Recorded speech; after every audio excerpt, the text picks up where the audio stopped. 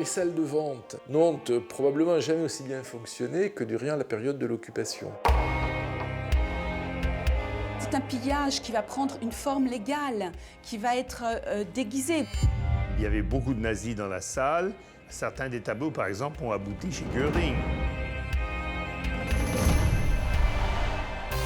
Et soudainement, Adriana apprend que 3 tableaux sont accrochés au Louvre. Et c'est un jour, elle me dit, ces salauds du Louvre ont 3 tableaux à nous et ne veulent pas nous les rendre.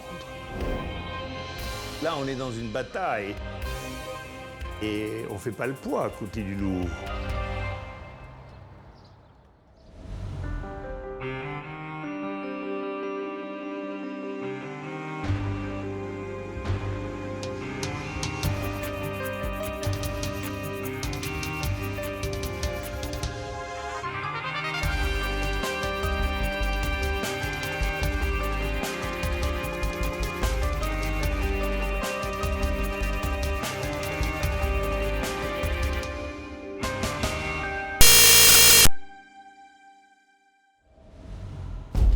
C'est un vol exceptionnel et c'est surtout une histoire dans la grande histoire. La Seconde Guerre mondiale, la France occupée, la collaboration. Mais ce que l'on sait moins, c'est à quel point cette période a marqué durablement le monde de l'art. Les nazis y ont opéré le plus grand pillage artistique jamais accompli. Incomparable par son ampleur, sa violence et sa planification. À côté de leur politique d'extermination, ils ont conduit une opération de spoliation de masse menée avec la complicité d'une partie du milieu artistique de l'époque. Galeries, marchands, salles de vente. Un passé qui ne passe pas. Aujourd'hui encore, de nombreuses œuvres restent orphelines, sans famille.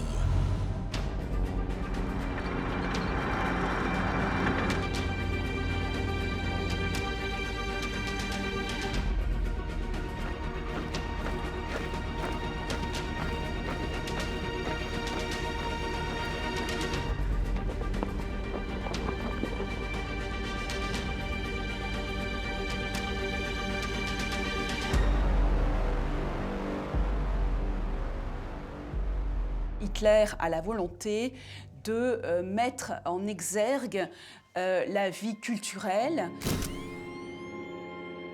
On le sait, sa formation a été réalisée en tant qu'étudiant qui souhaitait rentrer à l'école des beaux-arts. Par 2 fois, il est refusé à Vienne et il va en garder bien évidemment une rancune, mais il va aussi souhaiter mettre en place des critères esthétiques très, très importants.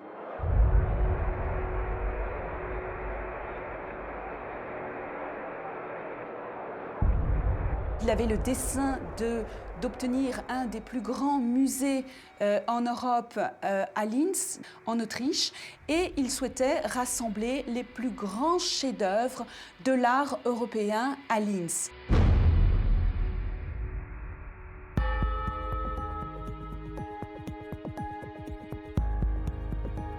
Il s'agit en effet de construire un bâtiment palatial et d'y accumuler toutes les preuves de la puissance allemande, en mettant à la fois au cœur du projet l'art allemand d'une part et le néoclassicisme qui est le style officiel que Hitler entend imposer à l'ensemble de la création dans le Reich. À ce titre, il va faire écumer par des intermédiaires le marché de l'art à la fois à Paris, mais également en Belgique et aux Pays-Bas. Les salles de vente, c'est-à-dire dans cette période-là, essentiellement Drouot, l'hôtel Drouot à Paris, n'ont probablement jamais aussi bien fonctionné que durant la période de l'occupation.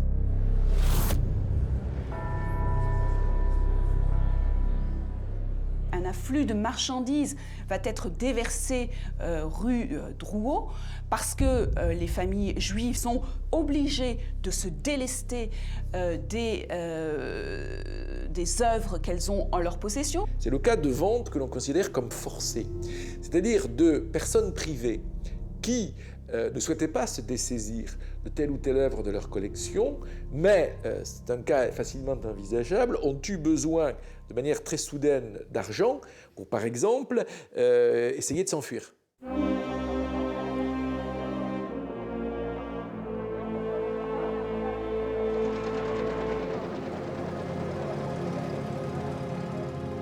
la destination de ces œuvres, eh bien, on en entrevoit absolument plusieurs. Soit elles vont rejoindre les collections des grands dignitaires nazis.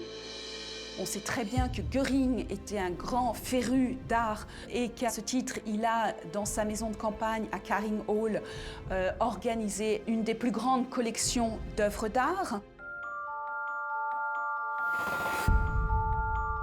La collection Göring, ce sont des centaines et des centaines d'œuvres. Et d'ailleurs, quand on dit des œuvres, il ne faut pas penser exclusivement des tableaux. Il y a des sculptures, il y a des meubles, il y a des objets décoratifs, il y a des tapisseries, enfin, il y a tout ce que l'on peut saisir. Göring a un fonds quasiment illimité pour pouvoir acheter. Ce qui lui permet d'envoyer des émissaires qui sont nombreux, pas très nombreux, qu'on connaît bien, qu'on a bien décrit aujourd'hui, et qui vont se présenter de façon très propre sur eux, je dirais, qui vont aller dans les salles de vente. L'idée, c'est que les galeristes ou les marchands et les propriétaires ont l'impression de ne pas vendre directement à Hitler ou à Göring, même s'ils savent très bien où l'œuvre va arriver. Ça participe d'une volonté de s'approprier une grande partie du patrimoine artistique français, quelle que soit la façon et quelle que soit la méthode utilisée, par la force, par la contrainte, ou bien en achetant dans les ventes aux enchères et en donnant une apparence légale à ces achats.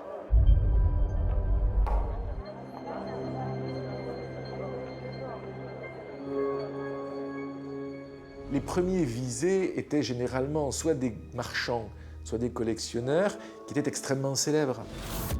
La collection Gentilly se trouve exactement dans ce cas de figure. Elle appartenait évidemment aux cibles potentielles. Federico Gentilly di Giuseppe était on pourrait dire presque un magnat italien qui a vécu en Italie dans les années 20, qui était très copain avec Mussolini. Mais Mussolini l'a plus ou moins expatrié et l'a envoyé en France avec un rôle honorifique. Il était représentant du ministère des Finances italien en France. Il a un appartement de 400 mètres carrés avenue Foch et il vient d'une famille de toute façon très amateur d'art. Son frère est directeur des Beaux-Arts à Rome et quand il arrive en France, il collectionne.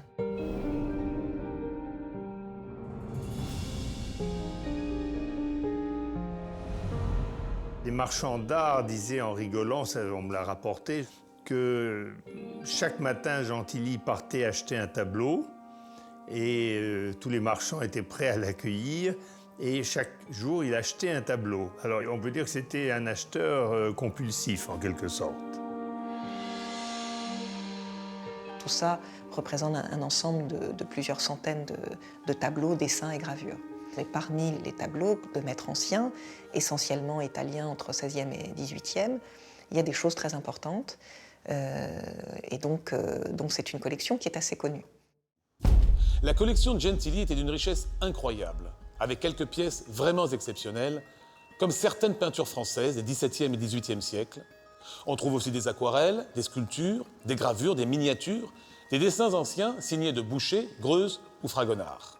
Mais les plus belles œuvres de la collection Gentilly étaient certainement des peintures des primitifs italiens et de peintres de la Renaissance. Quelques œuvres notamment de Tiepolo, de l'école du Titien et de celle de Véronèse. Cette collection était d'une telle splendeur et d'un tel prestige qu'elle ne pouvait que susciter la convoitise, surtout en des temps aussi troubles.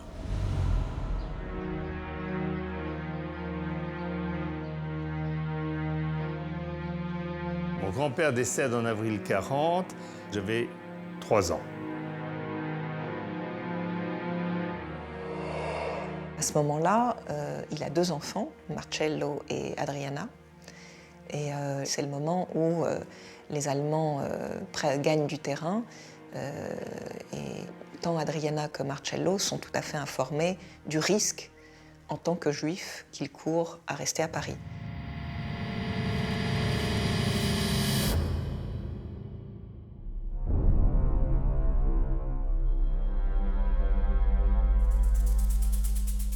Donc on est parti en voiture avant qu'il y ait l'exode, avec 15 jours d'avance, et on a finalement pris, je crois, le dernier chalutier pour Londres à partir de Bordeaux.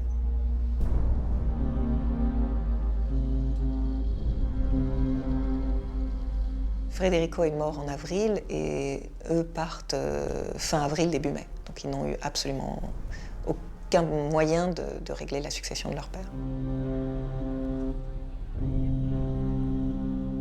On arrive à Southampton et de là à Londres. Et de là, je pense, dans les 15 jours, on repart en bateau pour le Canada. Le Canada avait un programme pour les réfugiés juifs et on a donc été accueillis au Canada. Ils sont restés à Montréal pendant un certain temps et puis ils s'installent à Boston. Et là, ils refont une vie.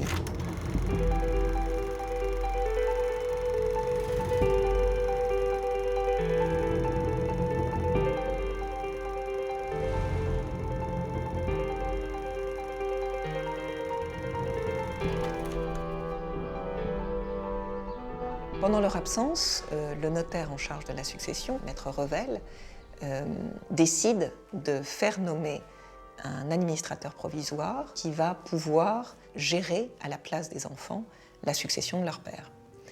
Alors, pour obtenir la désignation d'un administrateur provisoire, le notaire va trouver un créancier. Naturellement, Federico Gentili di Giuseppe meurt en avril 40, il a des employés, et à partir d'avril 40, personne n'est là pour payer les employés.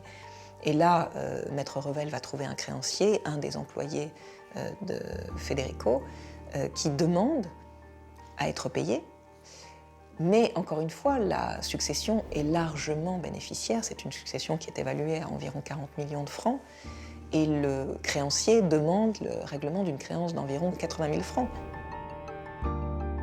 Il ne fait aucun doute que la succession est capable de payer les dettes. Mais en l'absence des enfants, il faut que quelqu'un puisse prendre les décisions. Auguste Moulin est donc désigné par le tribunal civil de la Seine en tant qu'administrateur provisoire à la succession de Federico Gentili. Et l'administrateur, pour faire plaisir, je pense aux nazis, décide de vendre l'intégralité des tableaux de la collection Gentili.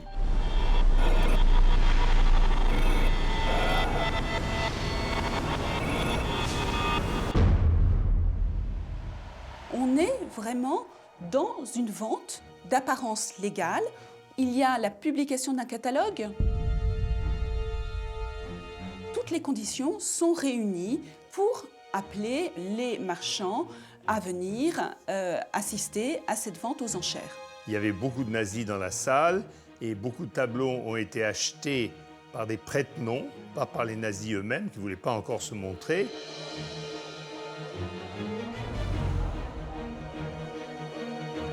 Peu de temps après, certains des tableaux, par exemple, ont abouti chez Göring. Les œuvres de la collection Gentili qui vont être achetées à Drouot correspondent bien évidemment aux critères esthétiques des nazis. C'est bien sûr des œuvres des grands maîtres italiens et donc c'est véritablement dans le goût. Dans le catalogue, il y avait un tableau très important de Tiepolo qui était marqué « attribué à », alors que c'est un Tiepolo authentique. Donc ça, c'était une façon de permettre aux Allemands ou alors aux gens qui travaillaient pour eux de l'acheter à bas prix. C'est une vente d'apparence légale qui, par la suite, a permis aux objets de circuler et de se retrouver entre les mains de dignitaires nazis.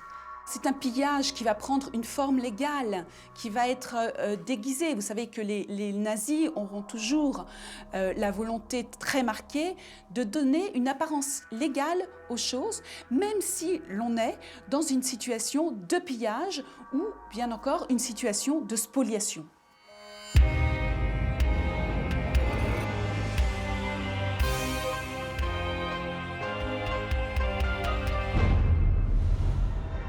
Revenant d'exil, les chefs-d'œuvre de nos musées, empruntant les routes nationales, ont contraint les PTT à prendre des mesures spéciales imposées par le volume des chargements.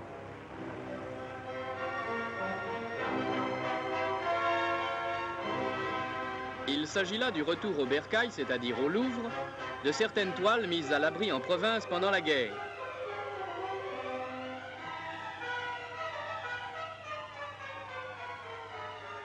Et le radeau de la Méduse, par exemple, va reprendre sa place après un voyage supplémentaire que ces naufragés n'avaient pas prévu.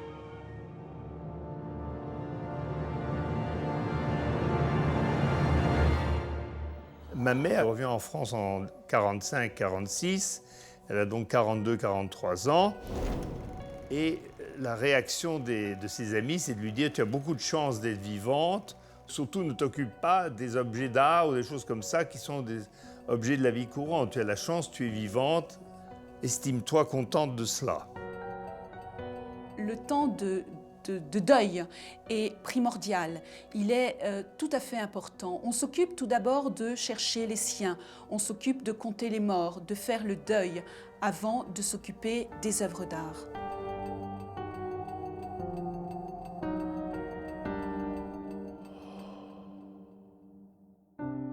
Adriana apprend progressivement ce qui s'est passé pendant la guerre et comment la succession de son père a été gérée. Donc elle comprend que tout a été vendu à l'hôtel Drouot, elle récupère les catalogues de vente, tout ça avec l'aide de Marcello qui est revenu à Paris lui aussi, mais chacun a ses préoccupations. Et puis à cette époque-là, on ne sait pas très bien ce qui se passe, ce qui s'est passé avec les objets qui ont été retrouvés en Allemagne après le conflit.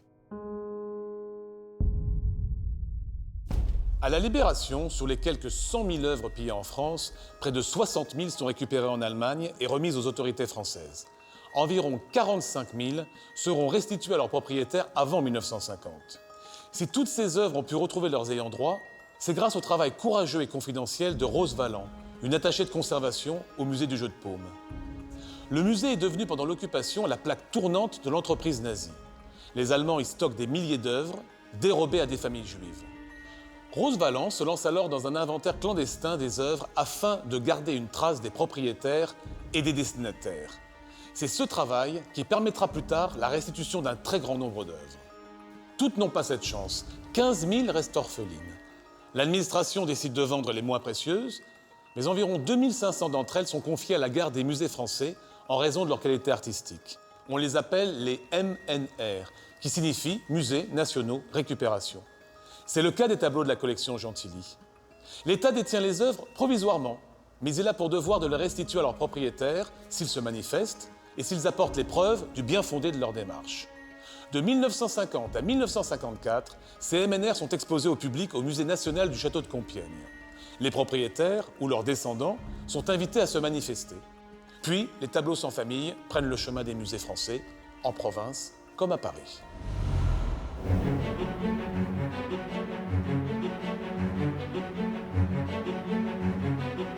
Adriana apprend, par quelqu'un qui a vu les tableaux et qui connaissait manifestement la collection de son père, que 3 des tableaux de son père sont exposés au Louvre.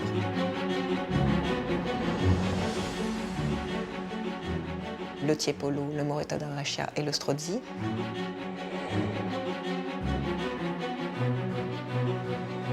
Le Louvre exposait déjà les tableaux que l'armée américaine lui avait rendus. Et le Louvre devait en principe chercher les titulaires exacts, en anglais, the rightful owners. Et le Louvre, évidemment, n'avait pas fait ça.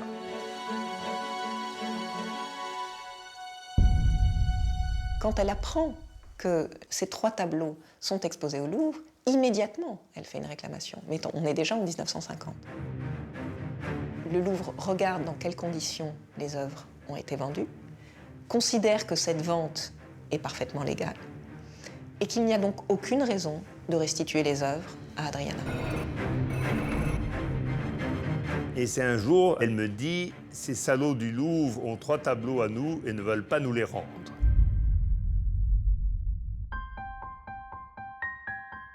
C'est en 54 et c'est resté dans ma mémoire, dans ma tête pendant 40 ans.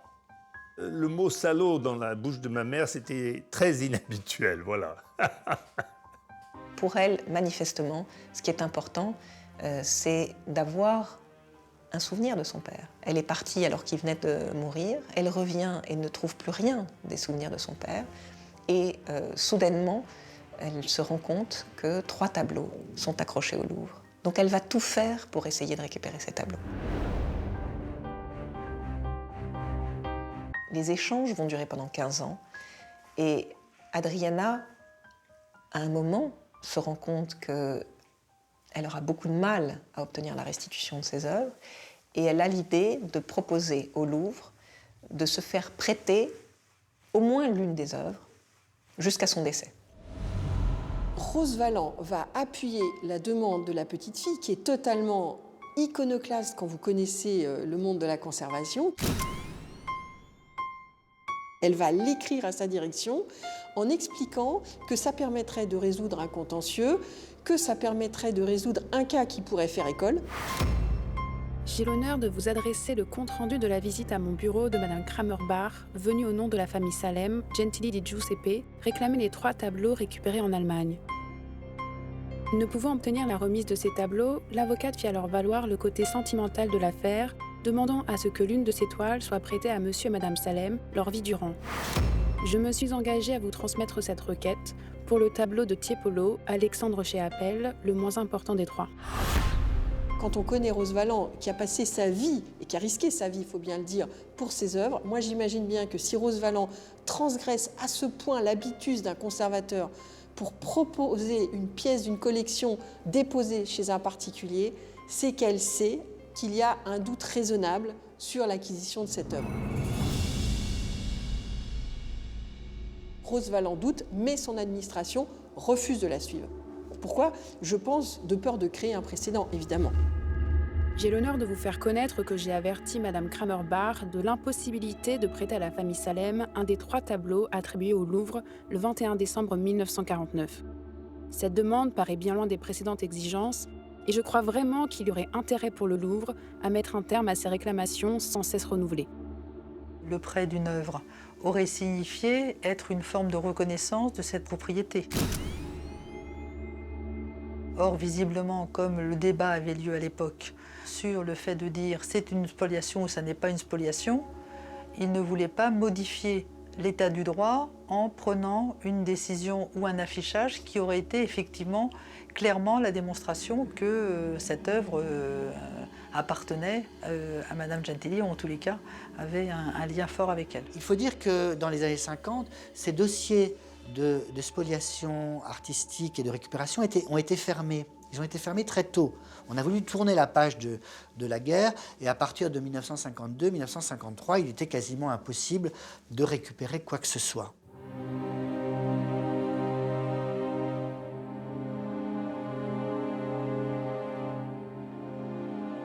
Ce que ces familles voulaient, ça n'était pas de l'avoir. Ce que ces familles voulaient, c'était la reconnaissance que c'était leur bien et qu'elles ont été victimes, ce qui est très différent.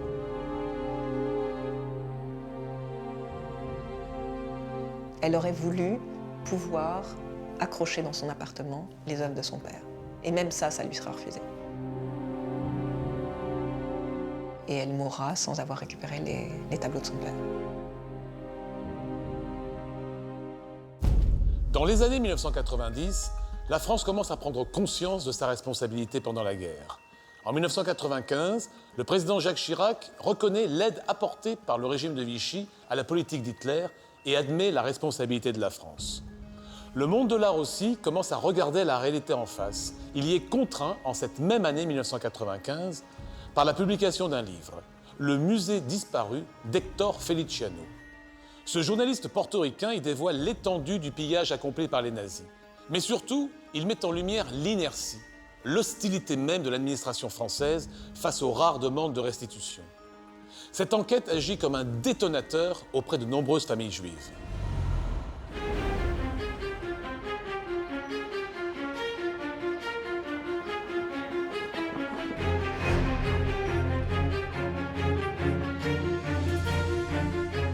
Un jour, ma sœur m'envoie un article du Monde où il parle du livre de Feliciano. Et c'est elle qui me dit « Tu devrais aller au Louvre ». Et j'y vais un samedi matin, mais à reculons, en me disant que je perds mon temps.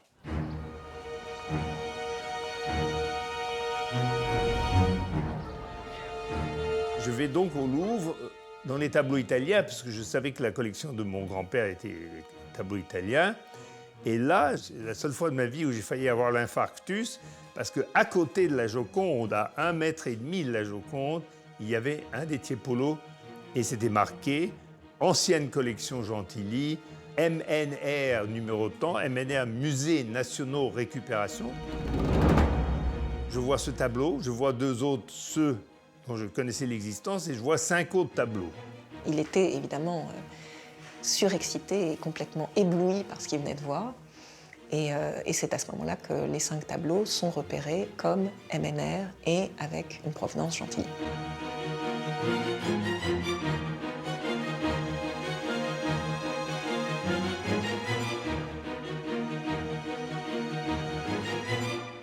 Je suis dans un état second. Je me précipite au téléphone pour appeler la famille pour leur raconter ça.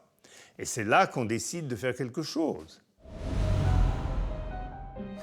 On a envoyé une lettre et il n'y a pas eu de réponse. Et après 3 mois, là, on a décidé de lancer les avocats, et en particulier Maître Hershkovitch. La position de l'administration n'a pas changé en 1997, lorsque je fais la demande. C'est exactement la même position que celle adoptée par le Louvre vis-à-vis d'Adriana dans les années 50. Il n'y a pas d'évolution. On dit qu'on est prêt à un accord, que si on fait moitié-moitié, on serait ravis et tout. Mais le Louvre dit jamais. Le Louvre prend les choses de très haut.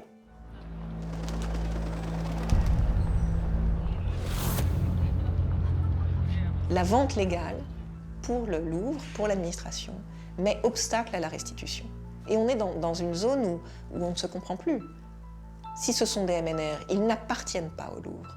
Ils sont sur un inventaire distinct et ils ne peuvent pas appartenir. C'est une détention précaire, il n'y a pas de propriété. D'un côté, il y a le Louvre, et de l'autre côté, une famille. Et on ne fait pas le poids à côté du Louvre. Quand le petit-fils se saisit de l'affaire, on est dans cette période un peu charnière de changement de contexte globalement. Il est en avance aussi peut-être un peu sur son contexte et il se retrouve face à des situations où il y a encore des résistances et des éléments à faire évoluer. Pendant longtemps, c'est-à-dire jusqu'aux années 90, les musées n'ont fait aucun effort pour enquêter sur ces œuvres.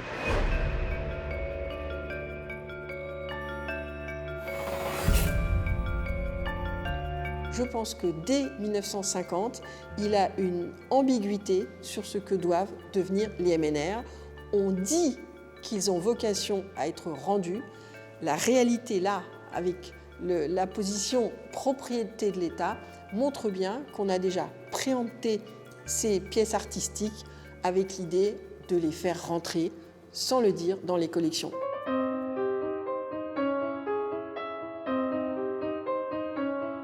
Si on regarde les textes fondateurs des MNR, il n'y a aucun doute sur la volonté objective de considérer que ces objets n'appartiennent pas à l'État et que le rôle de l'État est de les rendre à leurs propriétaires. Quand on a inventé les MNR, moi je pense que c'était avec l'arrière-pensée que ces pièces, un jour, resteraient dans les collections publiques.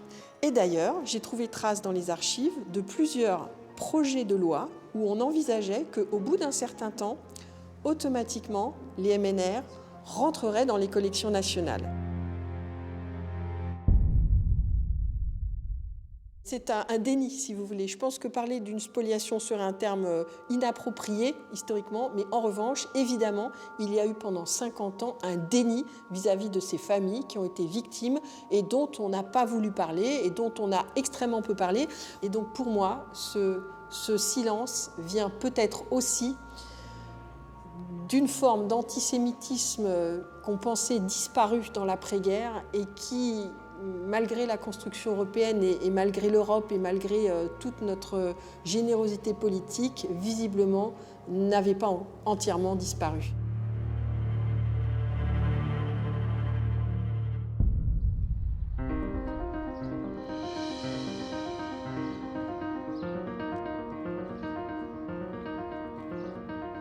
faut que je trouve un moyen judiciaire pour faire condamner le Louvre à nous restituer les œuvres. Et je comprends que le statut des Juifs en 1940 a permis au régime de Vichy d'appréhender les propriétés juives. Lorsqu'il y a rétablissement de la légalité républicaine, De Gaulle a forcément fait quelque chose pour que les Juifs qui sont revenus puissent reprendre possession de leurs propriétés. Donc je m'attache à cette période-là, entre novembre 1944 et mai 1945, et je tombe sur une ordonnance de restitution qui me paraît être le texte sur lequel je peux saisir le juge. Cette ordonnance du 21 avril 1945 met en place une présomption de spoliation, même dans le cas d'une vente d'apparence légale, dans la mesure où les propriétaires étaient sous le coup de ces persécutions. L'ordonnance n'a pas été abrogée, donc elle fait toujours partie du droit positif. Et je dis à la famille, voilà un texte, on va saisir le juge des référés et on va lui demander la restitution. On perd en première instance. Là, on est dans une bataille. On est dans une bataille pour honorer ma mère, le souvenir de ma mère. Et évidemment, je n'ai pas laissé tomber. Et en appel, là, on insiste beaucoup sur le fait que si les tableaux ne sont pas restituables à Adriana, à la famille Chantilly, à qui sont-ils restituables? Ils n'appartiennent pas au Louvre. Indiscutablement, ils ont été vendus à des Allemands, en tout cas pour l'un, on l'a retrouvé chez Göring. Est-ce qu'il faut le rendre à la fille de Göring? Pourquoi le Louvre s'arrogerait le droit de garder ce tableau? Soit ils le rendent à la fille de Göring, ils en prennent la responsabilité, soit ils le rendent au véritable propriétaire.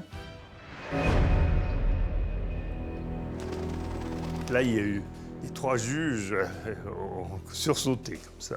Et là, la Cour d'appel, reconnaissant que les conditions dans lesquelles l'administrateur provisoire est nommé sont certes légales, mais elles ne sont que la conséquence de l'absence des enfants qui ont dû fuir les persécutions nazies. Et donc ça rentre dans les définitions de la spoliation et condamne le Louvre à restituer les 5 tableaux.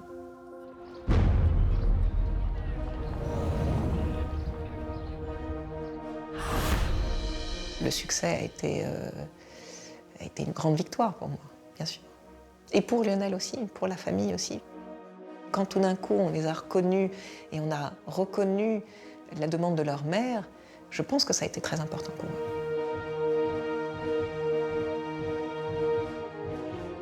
J'apprends un matin, en plein milieu de l'été, que le Louvre va nous restituer les tableaux.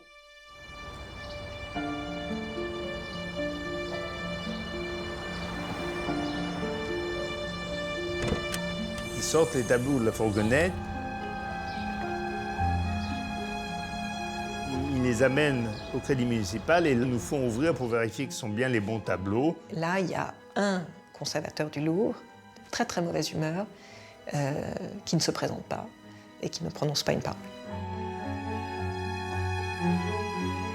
On ouvre, on les remercie, au revoir monsieur, au revoir madame, et puis voilà. Donc le Louvre a très mal réagi.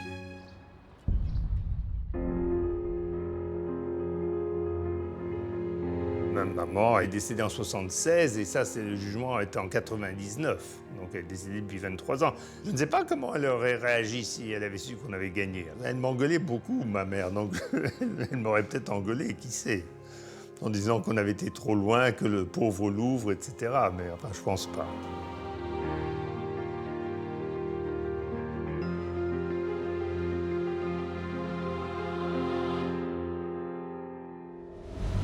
Ce n'est pas fini, le combat continue. Aujourd'hui, quelques 2000 œuvres classées MNR sont toujours sous la garde des musées français. En mai 2016, le ministère de la Culture a affirmé une nouvelle fois vouloir conduire une politique active de recherche des ayants droit des œuvres spoliées à travers une identification plus concrète des MNR par un meilleur travail de recollement, c'est-à-dire d'identification et de signalisation au public. Ces derniers temps, seulement quelques œuvres étaient ainsi rendues chaque année. Espérons donc que ces nouveaux engagements de l'État rendront rapidement justice aux familles déjà largement frappées par l'histoire. D'ici là, ces pièces continueront à constituer une collection tristement particulière dans la longue liste des trésors volés.